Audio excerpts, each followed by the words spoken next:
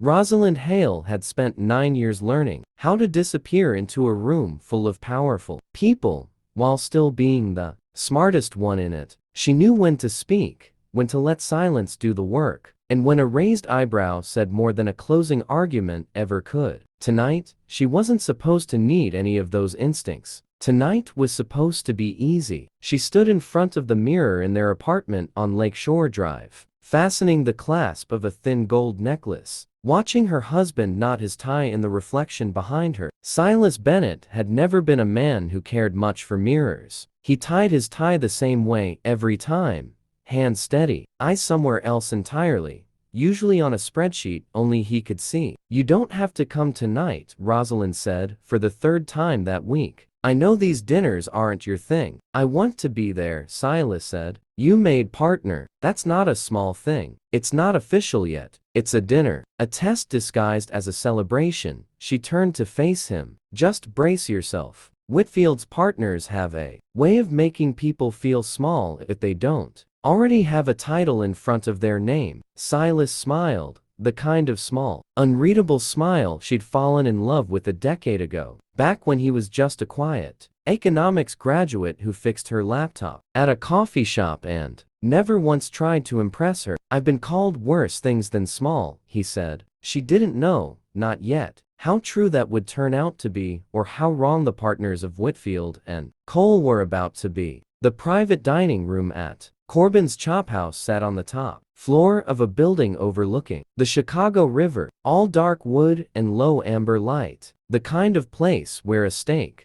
cost more than most people's grocery bill for the week. 14 partners and their spouses filled the long table, crystal glasses catching the light, a sommelier circling with a bottle of something old and expensive. Rosalind was seated near the head of the table, beside the managing partner, Graham Whitfield, a silver-haired man in his 60s, who had built the firm from a two-lawyer office into one of the most feared litigation practices in the Midwest. He raised his glass early in the evening. "To Rosalind Hale," he said, and the table lifted their glasses with him. 6 years an associate, 3 years senior associate, and as of Monday, the newest name on our letterhead. She's earned every syllable of it. Rosalind smiled and thanked him, feeling Silas's hand find hers under the table, warm and steady. For a moment, everything was exactly as it should be. Then Whitfield's gaze drifted down the table to Silas, and the room shifted, almost imperceptibly, the way weather changes before anyone notices the clouds. "And what is it you do, Silas?" Whitfield asked, in the tone of a man who already assumed the answer wouldn't matter. "I work in investments," Silas said simply,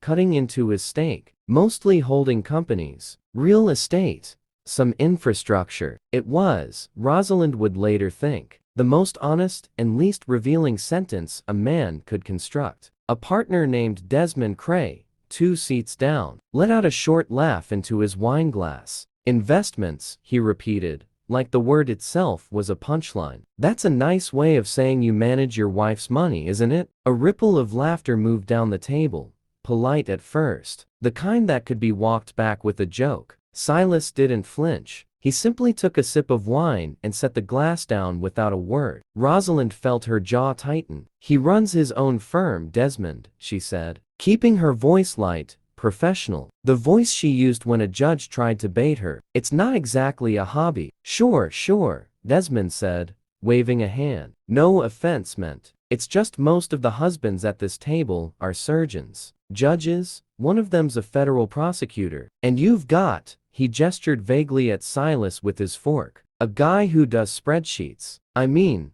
no shade. Someone's got to keep the numbers tidy while the rest of us do the real work." More laughter. Someone at the far end of the table, a woman named Patricia Voss, whose husband was indeed a cardiac surgeon, leaned in with a smile that didn't reach her eyes. "It's sweet, though. Supportive husband, staying home, letting Rosalind be the breadwinner. Very modern of you both." Rosalind opened her mouth, ready to say something sharp enough to end the conversation entirely. But Silas's hand found hers again under the table, a quiet pressure that meant let it go. She had learned, over 10 years of marriage, that when Silas asked for patience, it was rarely because he lacked a response. It was because he already had one, and he was choosing not to use it yet. The evening continued that way in small cuts. Someone asked Silas if he'd ever considered getting a real office, and laughed before he could answer. Someone else asked if he did their taxes for fun. Whitfield, to his credit,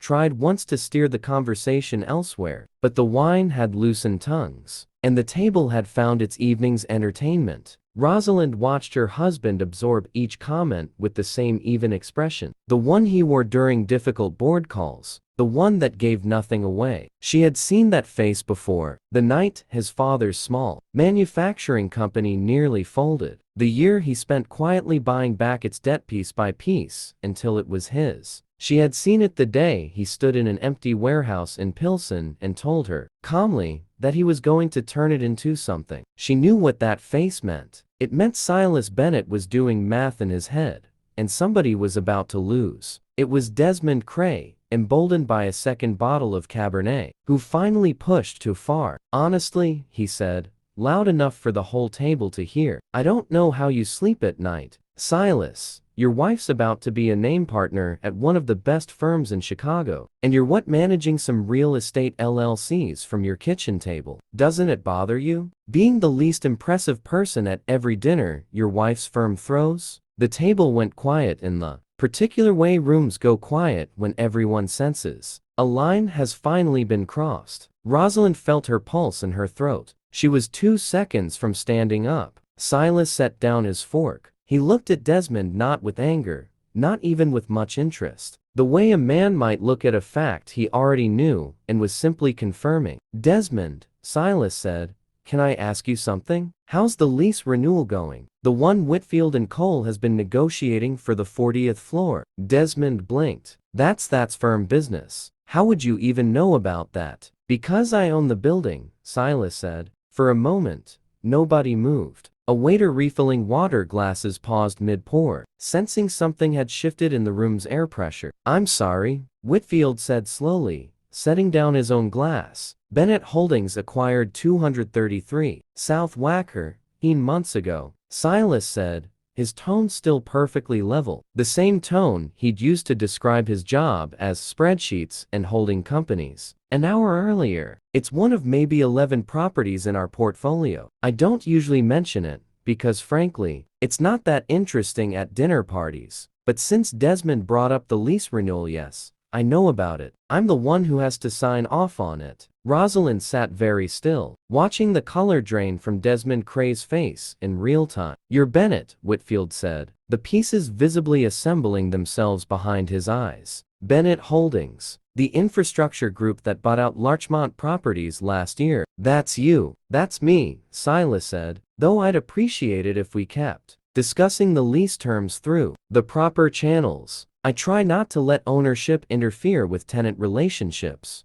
Usually, Patricia Voss, the cardiac surgeon's wife, had gone very quiet. Her husband, the surgeon, was staring at Silas with the particular focus of a man recalculating a decade of assumptions. Desmond Cray tried to laugh, a small crack sound with no air behind it. I didn't know. Obviously, I didn't know, or I wouldn't have. That's exactly the problem, Silas said. And for the first time all evening, something sharper moved behind his calm. You didn't know, so you decided the man in the quiet suit who married well must be the least important person at the table. You didn't ask, you assumed, and you built an entire evening's entertainment around a man you knew nothing about. In front of his wife, at her own celebration, he looked around the table, not unkindly, but without softening a single word. I've been underestimated my whole life, he continued, by teachers who thought a boy from the South Side wouldn't amount to much, by bankers who wouldn't return my calls until I had 8 figures behind my name, even sometimes, by people who love me, who forget that quiet isn't the same as small. I've made peace with being underestimated. It's usually worked in my favor, but I didn't come here tonight to prove anything to any of you. I came because my wife earned this seat, and I wanted to watch her take it. He turned to Rosalind, and his voice softened entirely, the sharpness gone as quickly as it had come. You built this, he said, 9 years, on your own merit, in a building I happen to own, but had absolutely nothing to do with you getting in too. I'm proud of you. That's the only thing I actually came here to say. The silence that followed was different from the one before. Not the tense, uncertain quiet of a room bracing for conflict, but something gentler, almost reverent. Whitfield cleared his throat and, to his credit, was the first to speak. Silas, he said, I owe you an apology. We all do. That conversation was beneath this table, and beneath the reason we're actually here. He raised his glass again, this time looking directly at Rosalind. Let's try this toast again. To Rosalind Hale, whose talent got her here long before any of us knew who her husband was, and who deserves this partnership on her own name, not his. Glasses rose around the table, quieter this time, more careful. Desmond Cray said nothing for the rest of the dinner, staring mostly at his plate. Patricia Voss found an excuse to compliment Rosalind's closing argument from a trial 3 months prior, as if trying to rebuild, brick by brick, a version of the evening where she hadn't laughed, along with the cruelty. Rosalind didn't say much either. She didn't need to. Under the table, she found Silas's hand again, and this time, she held onto it the way she should have from the very beginning. Not because he'd just revealed a fortune, but because he'd waited, patiently, letting the room reveal exactly who its people were before he ever said a word. Later that night, in the quiet of a cab crossing back over the river, Rosalind rested her head against Silas's shoulder. You could have said something an hour earlier, she said. Saved yourself the tax joke and the spreadsheet joke. I know, Silas said. Why didn't you? He was quiet for a moment, watching the lights of the city slide past the window. Because I wanted to see how they'd treat a man they thought had nothing, he said. That tells you more about a person than how they treat someone they think has everything. Rosalind thought about that, about the version of Silas most of the world saw. Quiet and unremarkable, easy to dismiss over wine and steak. And the version she'd married. A man who had rebuilt his father's company from nothing. Who owned buildings he never mentioned. Who could have silenced that entire table with a single sentence at any point in the evening and chose, instead, to let his wife's moment stay hers for as long as possible. They're going to be a lot nicer to you at the holiday party, she said. They can be as nice as they want, Silas said, smiling faintly. I already know who they are. The cab crossed the bridge, the river dark and glittering beneath them, carrying the whole city's quiet, complicated proof that the ones who talk the least in a room are often the ones holding it up.